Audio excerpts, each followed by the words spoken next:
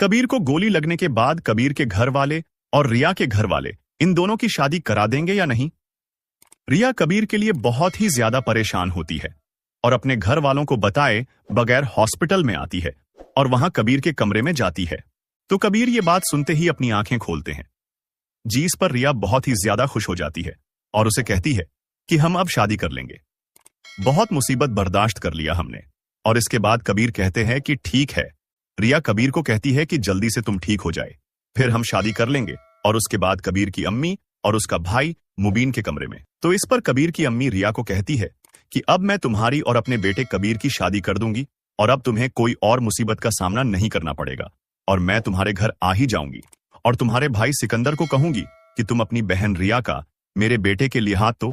तो इस पर रिया बहुत ही ज्यादा खुश हो जाती है कि आंटी आप बहुत ही ज्यादा अच्छी हैं। कबीर से पूछता है कि तुम्हें गोली मरवाने वाला कौन था।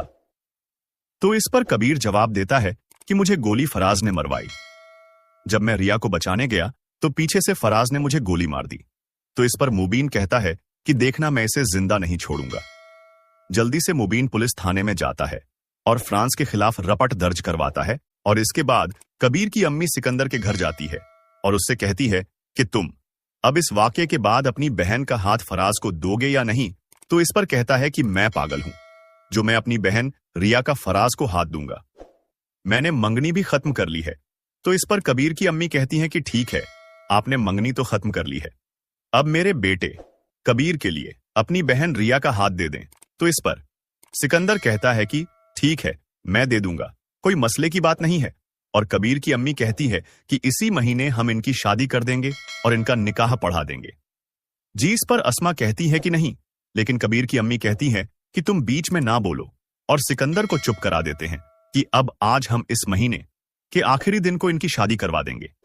इस पर कबीर की अम्मी बहुत ही ज्यादा खुश होकर हॉस्पिटल में आती है और कबीर को कहती है कि सिकंदर मान गया है रिया और तुम्हारे शादी के बारे में। तो इस पर कबीर बहुत ही ज्यादा खुश हो जाता है और कबीर एक ही हफ्ते में सेट हो जाता है और फौरन रिया के पास जाता है और उस रिया को कहते हैं कि अब तो हमारी शादी होने वाली है।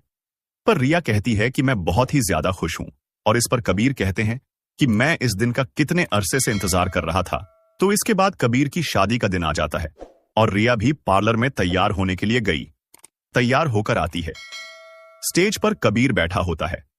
जब रिया को देखता है आते हुए तो वो बहुत ही ज्यादा हसीन लग रही होती है और वो बहुत ही ज्यादा खुश हो जाता है और रिया आकर स्टेज पर बैठ जाती है। कबीर के साथ और फोटोशूट होते हैं और सिकंदर और बहुत ही ज्यादा खुश हो जाता है। लेकिन अस्मा बहुत खुश नहीं होती और वहज के साथ उसकी शादी के दिन भाग जाती है।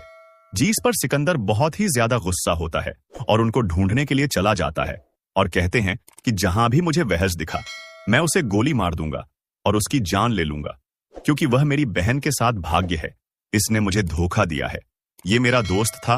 और कबीर और रिया की शादी हो जाती है। वो दोनों अपने घर चले जाते हैं। पहले दिन होता है उनकी शादी का दिन। कबीर उसे मुंह दिखाई पर एक गिफ्ट देता है और बहुत ही गिफ्ट होता है।